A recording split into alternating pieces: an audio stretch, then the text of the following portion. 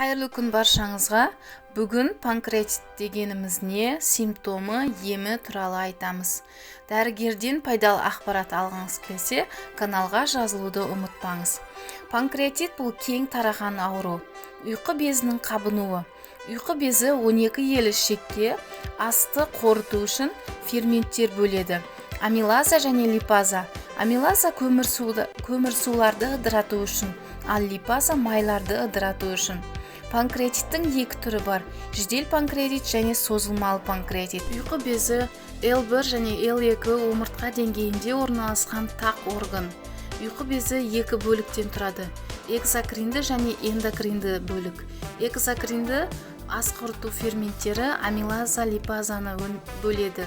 Эндокринді инсулин, соматостатин, панкреатический полипептид, глюкагонды бөледі. Панкреатитке алып келетін себептер: алкоголь, дұрыс тамақтанбау, майлы, қуырылған, ащы, тұзды тағамдарды қабылдау, жарақат және стресс, өттас ауруы болып табылады. Оның ішінде панкреатитке алып келетін 70% себебі өттас ауруы және алкоголь болып есептеледі. Жедел панкреатит созылмалы панкреатитке қарағанда ауыр өтеді. Іштегі ауырсыну сол жақ қабырға астына және арқаға беріледі. Құсу, жүрек айну, құсқан кезде өттің болу, дене қызуының жоғарылауы, жалпы әлсіздік және жағдайының нашарлауы байқалады. Қатты шыдатпайтын ауырсынудан дем алғанда ауырсынуды басу үшін науқас сол жақ бүйірмен жатады. Созылмалы панкреатит көп адамдарда ұзақ уақыт симптомсыз жүруі мүмкін.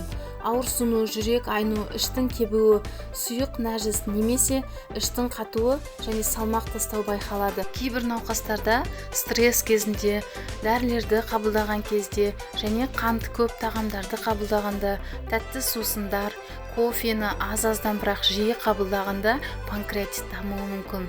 Стресс кезінде организмде гормон бөлініп, ұйқы безіне кері әсерін тигізеді. Кейбір дәрілерді қабылдау, мысалы антибиотик, зәр айдағыш диуретиктер, стероидты емес қабынуға қарсы кейбір дәрілер, холестерин деңгейін төмендететін дәрілер де ұйқы безіне кері әсерін тигізеді. Панкреатиттің диагностикасы қан анализі және зәр анализ тексеріледі.